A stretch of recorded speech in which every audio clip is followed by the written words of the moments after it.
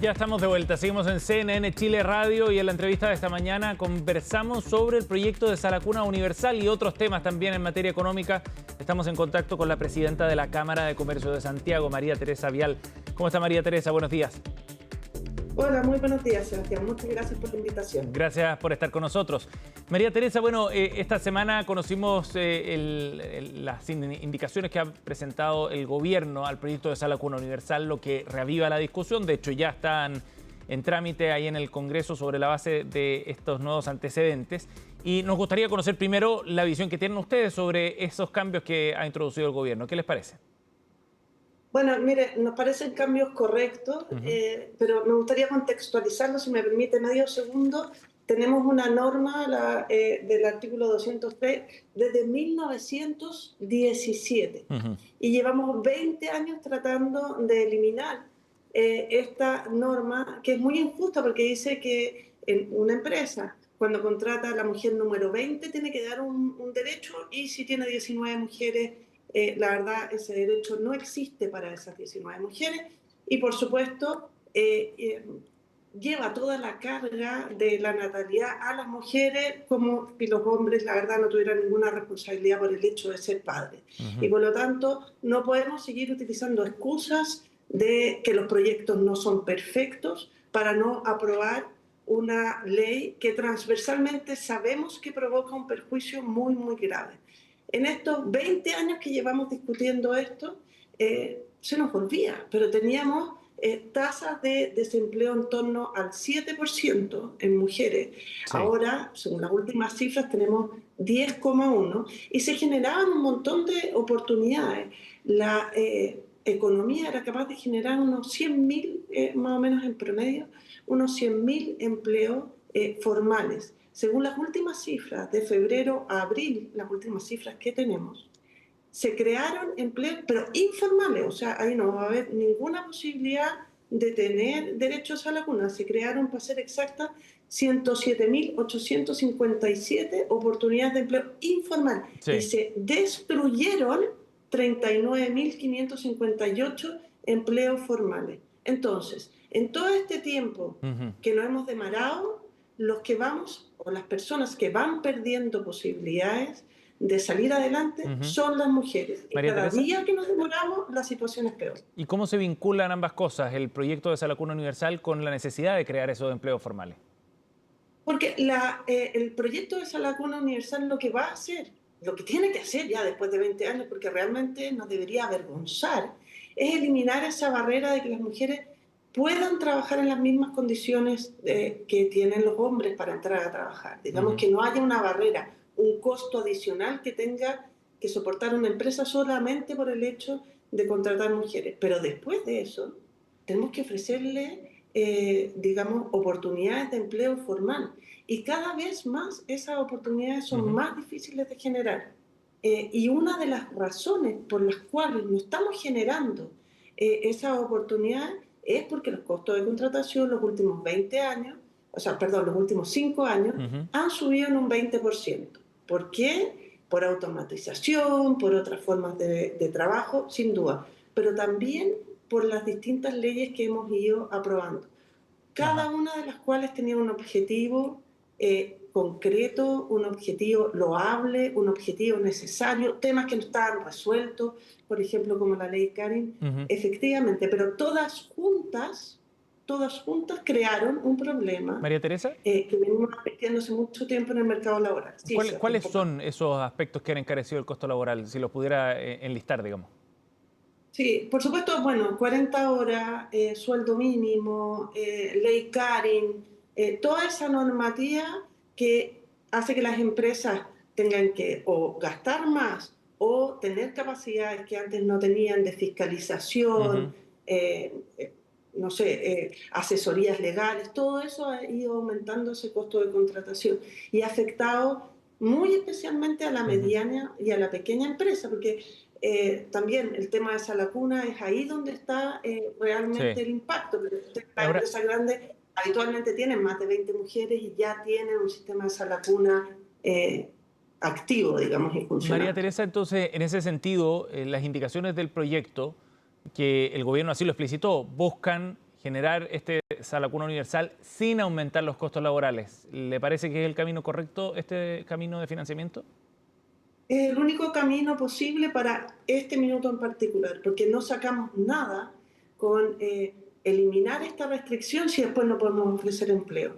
Es muy importante ser realmente leales con las personas que quieren trabajar y por lo tanto decir toda la verdad. Nosotros necesitamos eliminar esta restricción, pero además darles posibilidades de empleo formal, porque si no, la verdad, no tiene sentido. Estamos legislando con una realidad que teníamos hace 20 años y que ya no tenemos. Nos tenemos que hacer cargo ahora, porque esas personas, esas más de 851.000 personas, están todos los días con la angustia de no tener un empleo formal. Y siempre pensamos además que la informalidad es una opción que la gente elige así como porque quiere ser informal, y nosotros tenemos estudios, y hay estudios de las cajas de Chile muy serios que señalan que más del 90%, 89% creo, de esas personas sí quiere tener un trabajo con protección social, un trabajo formal. Lo que pasa es que no lo encuentran. María Teresa, estamos con María Teresa Vial, presidenta de la Cámara de Comercio de Santiago, aquí en CNN Chile Radio. María Teresa, respecto al tema del financiamiento nuevamente, me gustaría hacer el contrapunto con algunos de los argumentos que se han levantado en contra de estas indicaciones. Esta semana, por ejemplo, contamos aquí en el estudio con la ex ministra de la Mujer, Antonia Orellana, quien planteaba que la forma que había elegido el gobierno igualmente terminaba perjudicando a los trabajadores. ¿En qué sentido? En que se desvestía un santo básicamente para vestir otro, por decirlo en buen chileno. Se sacan fondos que estaban destinados al seguro de cesantía para poder financiar entonces este Sala Cuna Universal. Y de esa forma, neteando ambas cosas, no había un aumento de costos laborales. ¿Qué dice usted sobre ese punto? Sí, mire, lamentablemente no tenemos, digamos, recursos de los que podamos echar mano y que no tengan ningún impacto. Efectivamente, este 0,35 se saca del fondo de cesantía, que tiene como dos fondos distintos. Uno que es el solidario, ¿Sí? Y otro que es el personal. Del solidario se sacaría el 0,35. Perdón, del particular se sacaría hasta un 0,2. Y eso efectivamente afecta porque este fondo que es particular, que es personal, que es individual, finalmente se va a las pensiones finales. Pero en el caso del Fondo de Cesantía Solidaria, se está acumulando hace unos años una cantidad más importante que su uso específico.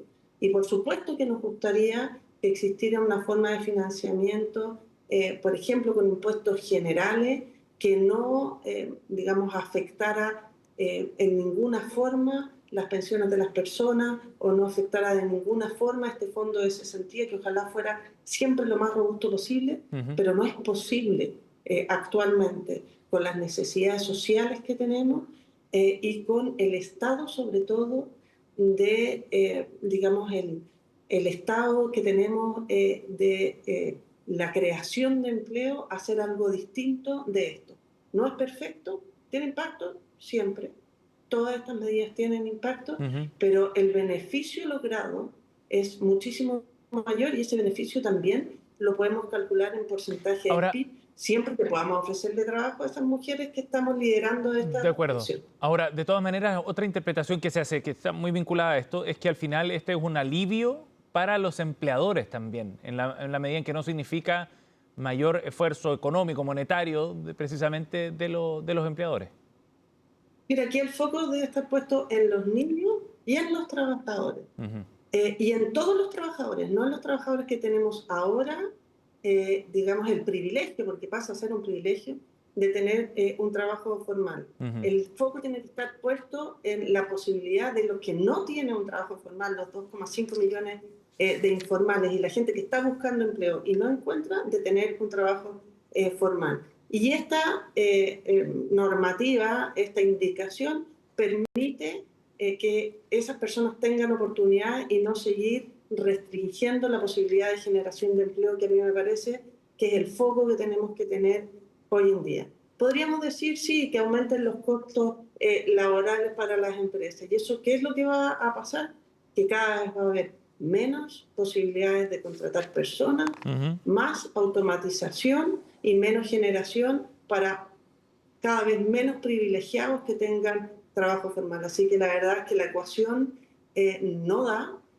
Necesitamos no seguir aumentando los costos laborales. De hecho, si se pudieran reducir sería una gran noticia Ujú. para poder generar más empleo.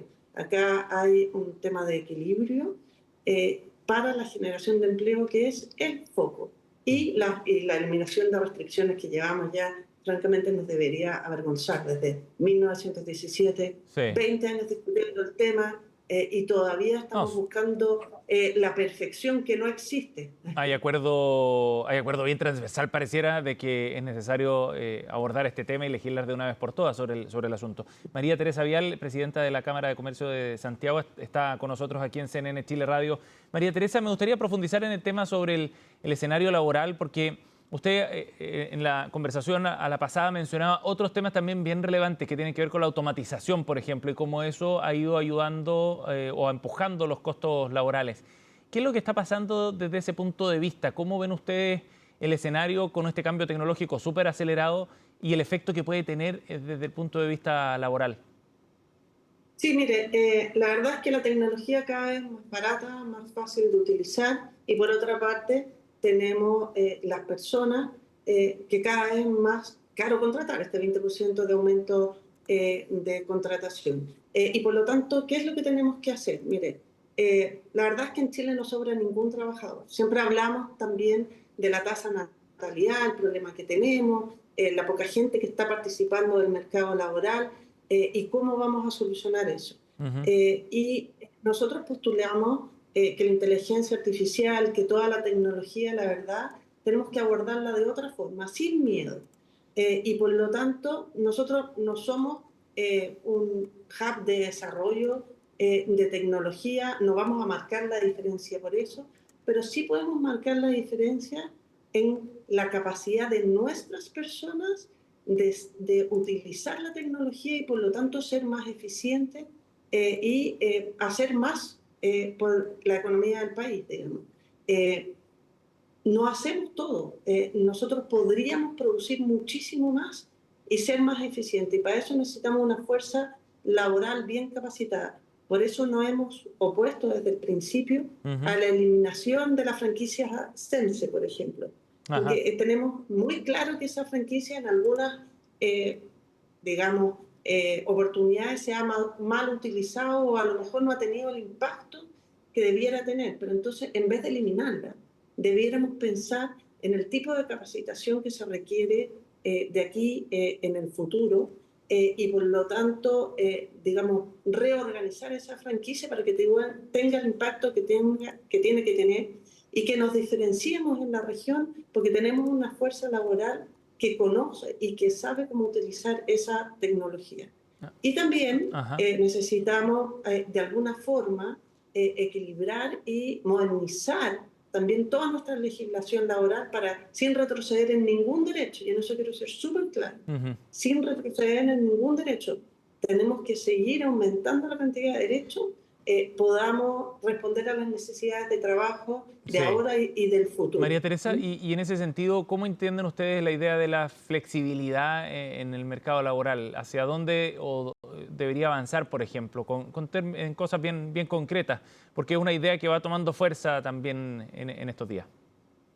Miren, en cosas súper concretas nosotros presentamos hace muy poquito en esta mesa de trabajo que se formuló en el Ministerio del Trabajo Sí. algunas ideas muy concretas. Una es esta del CENSE, por ejemplo. Otra idea es respecto de las 40 horas, que ha sido una buena noticia, pero que es importante, por ejemplo, contabilizarla, no mensualmente, sino que en algunas áreas, por ejemplo, cada 3 meses.